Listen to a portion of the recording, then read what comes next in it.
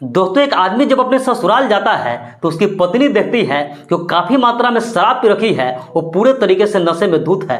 उसकी पत्नी जब उसे इस हाल में देखती है तो काफी गुस्सा हो जाती है, उसे भला बुरा सुनाती है और गुस्से में उसे घर के बाहर ही बिस्तर लगाकर सुला देती है। लेकिन थोड़ी देर बाद जब उस आदमी को नींद खुलता है तो देखता है कि उसे घर का दरवाजा है वो खुला हुआ है। दोस्तों, अंदर जाता है और एक कमरे में जाकर अंदर से छिटकीली लगा देता है और फिर देखता है कि उसी कमरे में एक महिला सो रही है। वो शराब के नशे में इतना धुत था कि उसे पता नहीं चलता है कि जो महिला सो रही है ये उसकी सास है या फिर उसकी पत्नी है। और दोस्तों, अपने ही सास को पत्नी समझकर उसके साथ तो छेड़छाड़ करने लगता है। अब फिर जो होता है वाकई में जब आप सुनेंगे तो कहीं ना कहीं आप ही सोचने पर मजबूर हो जाएंगे कि भला एक सास अपने ही बेटे समान दामाद के साथ ऐसा कैसे कर सकती है। नमस्कार, प्रणाम, मैं सर्वेश राज। कहानी शुरू करूं इससे पहले आपसे एक छोटी सी गुजारिश है, आप प्लीज वीडियो को लाइक कर दीजिए, चैनल को सब्सक्राइब कर लीजिए और कमेंट करके जरूर बताइएगा कि आप ये वीडियो कहां से देख रहे हैं ताकि अगले वीडियो में मैं आपका नाम ले सकूं। तो दोस्तों, आज आपको जिस घटना की कहानी सुनाने जा रहे हैं दरअसल घटना है बिहार की। बिहार में एक जिला लगता है रोहतास और इसी जिला में एक परिवार रहा करता था। दोस्तों, जो परिवार का मुखिया था उसका नाम अभिषेक था, उसकी पत्नी थी उसका नाम रिंकू था और उसके पति पत्नी के अलावा उसका एक बेटा भी था जिसका नाम दिलीप था और उसकी एक बेटी थी जिसका नाम अंजलि था। दोस्तों, जो दिलीप था उसकी उम्र लगभग 26 साल था और घर से बाहर ही कहीं रह के काम करता था और वहां से पैसा भेजता था। उसकी जो बेटी थी अंजलि, वो 12वीं तक की पढ़ाई अपने ही इलाके के एक कॉलेज से करती है और 12वीं पूरा करने के बाद उसकी एडमिशन वहां से लगभग 5 किलोमीटर दूरी पर एक कॉलेज में हो जाता है। वहीं से वो ग्रेजुएशन करने लगती है। रोज वो 5 किलोमीटर पैदल ही पढ़ने जाती थी और जब छुट्टी होता था तो पैदल ही घर आ जाती थी। दोस्तों, अंजलि थी वो काफी थक से जाती थी और कॉलेज जाते जाते उसी कॉलेज में उसका एक क्लासमेट था जिसका नाम सौरभ था। वो सौरभ को पसंद करने लगती है और फिर सौरभ से नोट के बहाने तो कभी किसी तरीके से बातचीत होने लगती है और धीरे धीरे कहीं ना कहीं जो सौरभ था वो भी अंजलि को पसंद करने लगता है। और जब अंजलि छुट्टी के बाद घर पे आती थी तो रास्ते में लड़का इसका पीछा करता था और फिर इसे बाइक पे बैठा लेता था और इसके गांव के बाहर इसे छोड़ देता था। सौरभ चला जाता था और गांव में लड़की अपने घर पे पैदल ही चली आती थी। इस तरीके से दोस्तों दोनों में नजदीकियां बढ़ता है और कब प्यार हो जाता है इन दोनों को भी पता नहीं चलता है। और इसके बाद दोस्तों जब ग्रेजुएशन पूरा होने वाला था तो दोनों को चिंता सताने लगता है कि जब पढ़ाई पूरी हो जाएगी तो लड़की अपने घर पे रहेगी, लड़का अपने यहाँ रहेगा तो दोनों मिल नहीं पाएगा। और दोनों ने कहीं ना कहीं इस सोच सोच के परेशान था। और फिर जो लड़का था अंजलि को कहता है कि जब तुम्हारी पढ़ाई पूरी हो जाएगी तो तुम तो घर से बाहर निकलोगी नहीं, फिर हम तुमसे मिल नहीं पाएंगे, तो तुम एक काम करो, क्यों नहीं तुम मेरे से शादी ही कर लो। इसके बाद अंजलि कहती है कि मैं एक दलित लड़की हूं, आप अच्छे कुल से हैं, आपके घर वाले मुझे कभी एक्सेप्ट नहीं करेगा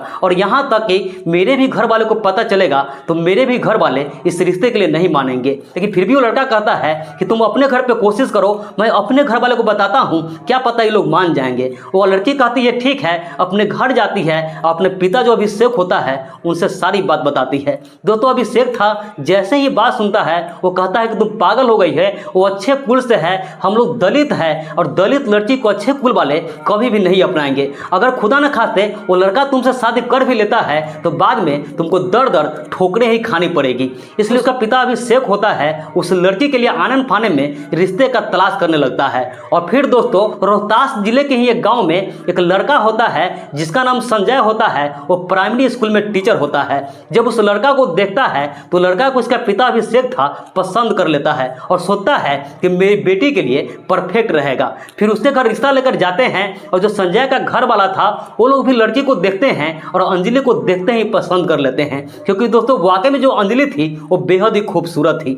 अब दोस्तों शादी का दिन फिक्स होता है और फिर दोनों को बड़े ही धूमधाम से शादी हो जाती है। शादी बाद जो अंजलि थी अपने ससुराल चली जाती है और संजय के साथ रहने लगती है। फिर भी दोस्तों जो सौरभ था उसे चोरी छुपे फोन से बात कर लिया करती थी। इस तरीके से कुछ दिन का वक्त बीतता है और फिर धीरे धीरे जो सौरभ था उसका भी एक लड़की से शादी हो जाता है। इसके बाद जो अंजलि थी फिर भी कुछ दिनों तक तो बात करती है, लेकिन धीरे धीरे वो लड़का अपने लाइफ में बिजी हो जाता है और अंजलि थी वो अपने पति और ससुराल में बिजी हो जाती है। कुछ दिन का वक्त बीतता है और फिर अंजलि का एक बेटी हो जाता है। और जब बेटी होता है तो अपने बेटी और अपने पति के प्यार में वो पूरे तरीके से जो सौरभ था उससे भूल ही जाती है।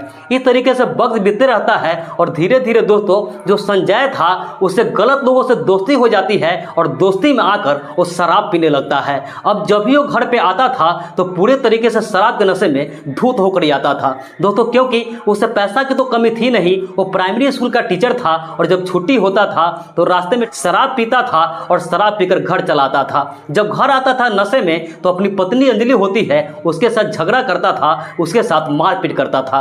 अब जो अंजलि थी अपने पति संजय को समझाती थी कि आपकी ही बेटी भी है, कम से कम मेरे लिए ना सही अपने लिए ना सही तो अपनी बेटी को भविष्य का तो सोचो, इस तरीके से शराब पियोगे तो फिर कैसे चलेगा। लेकिन दोस्तों जो संजय था उसको अपने पत्नी अंजलि के बातों का कोई असर नहीं होता है। इसके बावजूद भी जो संजय था वो शराब पीना बंद नहीं करता है और फिर दोस्तों एक दिन जब शराब के नशे में आता है और अपने पत्नी से इतना मारपीट करता है कि उसकी पत्नी काफी गुस्सा हो जाती है और अपनी बेटी को लेकर के सीधा अपने मायके चली जाती है। अपने मायके जाकर उसके जो पापा मम्मी होते हैं उसे सारी बात बताते हैं। फिर उसका पिता जो अभिषेक होता है वो कहता है काम करो, तुम अभी ससुराल नहीं जाओ, कुछ दिन यही मायके में ही रहो। वो अंजलि कहती है ठीक है। 2-4 दिन का दोस्तों वक्त बीतता है और फिर जो संजय होता है रात में अपने ससुराल जाता है और उस दिन भी जब अपने ससुराल जाता है तो पूरे तरीके से नशे में धूत था, वो काफी शराब पी रखी थी। अब जो अंजलि अपने पति को इस हाल में देखती है तो और भी ज्यादा गुस्सा हो जाती है और गुस्से में उसे बहुत ही डांटती है, फटकारती है, उसे भला बुरा सुनाती है और भला बुरा सुनाकर घर के बाहर एक बिस्तर लगाकर सुला देती है। लेकिन थोड़ी देर बाद जब संजय को नींद खुलता है तो देखता है कि उसे घर का दरवाजा खुला हुआ है। दोस्तों घर में जाता है और एक कमरे में जाकर अंदर से छिटकिली लगा देता है और उसी रूम में उसकी सास सो रही थी, लेकिन नशे में इस कदर से धूत था कि इसे ये नहीं पता चलता है कि जो बिस्तर पर सो रही है ये उसकी सास है। दोस्तों इससे लगता है कि उसकी पत्नी है और अपने सास को पत्नी समझकर उसके साथ छेड़छाड़ करने लगता है। उसकी सास थी वो इसका विरोध तो करती है, लेकिन संजय था वो कहाँ मानने वाला था। उसके साथ दोस्तों वो जबरदस्ती संबंध बनाने लगता है और फिर दोस्तों इस तरीके से पूरी रात में एक बार नहीं ऐसा 3 से 4 बार होता है और जब भोरबा होता है तो संजय थक कर सो जाता है और उसकी सास थी वो चुपचाप उस कमरे से निकलकर दूसरे कमरे में चली जाती है। अब उसकी सास थी ये बात शर्मिंदा के मारे किसी को भी नहीं बताती है, अपने मन में ही दबा लेती है और जब सुबह होता है और संजय को नींद खुलता है तो उसे थोड़ी बहुत याद आता है कि मैंने जो रात में कृत्य किया वो मेरी पत्नी नहीं बल्कि उसकी सास थी। लेकिन संजय भी था लाज के मारे, शर्म के मारे ये बात वो भी किसी को नहीं बताता है। इस तरीके से दोस्तों उस दिन जो संजय था अपनी पत्नी से माफी मांगता है, अंजलि को किसी तरीके से मनाता है और कहता है कि तुम मेरे घर चलो, तुम्हारे बिना वहां मन नहीं लगता है, मैं अब कोशिश करूंगा कि शराब नहीं पीऊं। दोस्तों अपने पत्नी को बहुत मनाता है, उसकी पत्नी भी उसे माफ कर देती है और संजय के साथ जाने के लिए तैयार हो जाती है। इसके बाद अंजलि थी फिर से ससुराल चले जाती है, लेकिन दोस्तों लगभग 8 से 10 दिन का वक्त बीतता है तो फिर जो उसकी सास रिंकू थी अपनी बेटी अंजलि को फोन करती है और कहती है कि तुम्हारे पिताजी घर पे नहीं है, यहाँ कुछ काम है, अगर तुमने पति संजय को भेज देती तो बहुत अच्छा रहता। इस पर अंजलि कहती है ठीक है माँ, इसमें सोचने जैसी क्या बात है, मैं शाम को उसे आपके घर पे भेज दूंगी। इसके बाद दोस्तों जो संजय था उससे अंजलि फोन कर देती है और कहती है कि शाम को जब छुट्टी होगा तो घर पे मत आना, माँ के पास चले जाना, माँ ने बुलाई है, उन्हें कुछ काम है। संजय कहता है ठीक है और शाम में जब छुट्टी होता है तो संजय अपने घर नहीं आकर सीधा अपने ससुराल चला जाता है और अपने जब ससुराल जाता है तो उसकी सास उसे कुछ पैसा देती है और कहती है मार्केट से मीट लेकर आ जाओ। अब संजय मार्केट जाता है, वहाँ से मीट लेता है और मीट के साथ साथ शराब का भी बोतल लेता है। वहाँ जाता है, उसकी सास मीट बनाती है और मीट बनाकर दोनों वहाँ मज़े से खाता है और खाने के बाद संजय था वो शराब भी पीता है और शराब के नशे में जब फिर से धूत हो जाता है तो अपने सास के साथ वही कृत्य करने लगता है। उसके साथ वो संबंध में लगता है, लेकिन इस बार जो उसकी सास थी वो थोड़ा भी रोकती टोकती नहीं है बल्कि वो भी इसका साथ देने लगती है। और इस तरीके से दोस्तों एक बार जब संबंध बनाने का सिलसिला शुरू हो जाता है तो थमने का नाम नहीं ले रहा था। इसके बाद जब भी उसके सास को मौका मिलता था वो किसी बहाने से अपने दामाद संजय को बुला लेती थी और बुलाकर उसके साथ मौज मस्ती करने लगती है, उसके साथ गंदा काम करने लगती है। इस तरीके से दोस्तों कई महीनों का वक्त भी जाता है और धीरे धीरे जो अंजलि थी उसे कहीं ना कहीं ये बात खटकने लगता है। वो बस ये सोच रही थी कि मेरी माँ अक्सर उसे बुलाती है और उससे बुलाकर जब वो नशे में होता है फिर भी मना नहीं करती है और बार बार उसे बुलाती क्यों है। उसे खटक रहा था और फिर एक दिन अपने माँ को अंजलि फ़ोन करती है और कहती है कि माँ आज मैं अपने पति संजय के साथ वहाँ पे आ रही हूँ।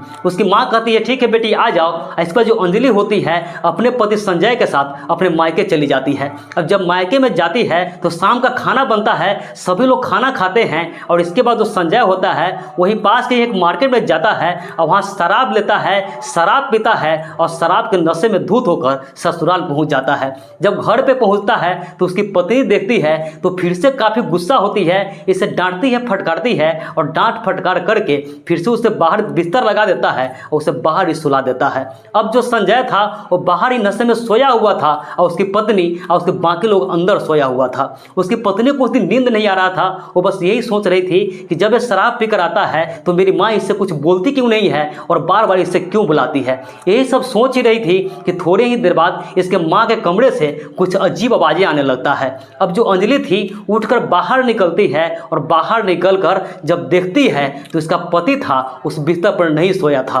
अब जब आवाज़ इसके माँ के कमरे से आ रही थी तो झांकने का कोशिश करती है और झांक कर जो देखती है, देखकर मानो इसके पैरों के नीचे से जमीन खिसक जाता है। दोस्तों इसका पति संजय था और इसकी माँ थी, दोनों निर्वस्त्र थे और एक दूसरे के साथ संबंध बना रहे थे। ये जब देखती है तो इसकी आंखें फटी की फटी रह जाती है और ये जोर जोर से दरवाजे को पीटने लगती है। इस दरवाजे की पीटने की आवाज़ सुनकर जो इसका पिता अभिषेक था उसकी भी नींद खुल जाती है और जब उसका पिता भी एक कीड़े देखता है तो उसको भी मानो पैरों के नीचे से जमीन खिसक जाता है। अब दोनों बाप बेटी था, दोनों बाप बेटी कहीं ना कहीं ये सोचने लगता है कि जब ये बात लोगों के बीच आएगी, समाज वालों को पता चलेगा तो हम लोग की बदनामी हो जाएगी, इज्जत चली जाएगी, हम लोग कहीं भी मुंह दिखाने लायक नहीं रहेंगे। और फिर जो अंजलि थी और उसका पिता अभिषेक था, ये दोनों एक फैसला लेते हैं और अंजलि अपने भाई को फ़ोन करती है और फ़ोन करके अपने बेटी को उठाती है और अपने पिता के साथ सीधा अपने भाई दिलीप के यहाँ चली जाती है। और वहाँ जाकर अंजलि एक कठिन फैसला लेती है, उसका पति जो संजय होता है उससे तलाक का अर्जी दायर कर देती है। अब जो पूरा मामला है दोस्तों कोर्ट में चल रहा है, लेकिन एक माँ अपने ही बेटी का पूरे तरीके से घर को बर्बाद कर दी, उसका घर उजाड़ दी। तो दोस्तों पूरे घटनाक्रम सुनाने का उद्देश्य किसी की भावनाओं को आहत करना नहीं था, किसी का दिल दुखाना नहीं था, बस समाज में इसी घटनाओं से केवल आपको जागरूक करना था, सतर्क करना था। और जाते जाते उन व्यक्तियों का नाम जिन्होंने पिछले वीडियो में कमेंट किया था, साइसा परमार जो कि बड़ोदरा गुजरात से है, महमूद अंसारी जय का नाम नहीं बता पाया है और एक और व्यक्ति है जिनका नाम तो स्पष्ट नहीं हो पाया है लेकिन उन्होंने कमेंट किया है उत्तर भारतीय। इन सभी लोगों ने न कि सिर्फ मेरा वीडियो देखा है बल्कि अपना कीमती समय निकालकर मुझे कमेंट भी किया है, अपना सुझाव भी दिया है, इसलिए इन सभी लोगों को दिल से धन्यवाद। तो मिलते हैं ऐसे किसी नेक्स्ट वीडियो में, जब तक के लिए जय हिंद, वंदे मातरम।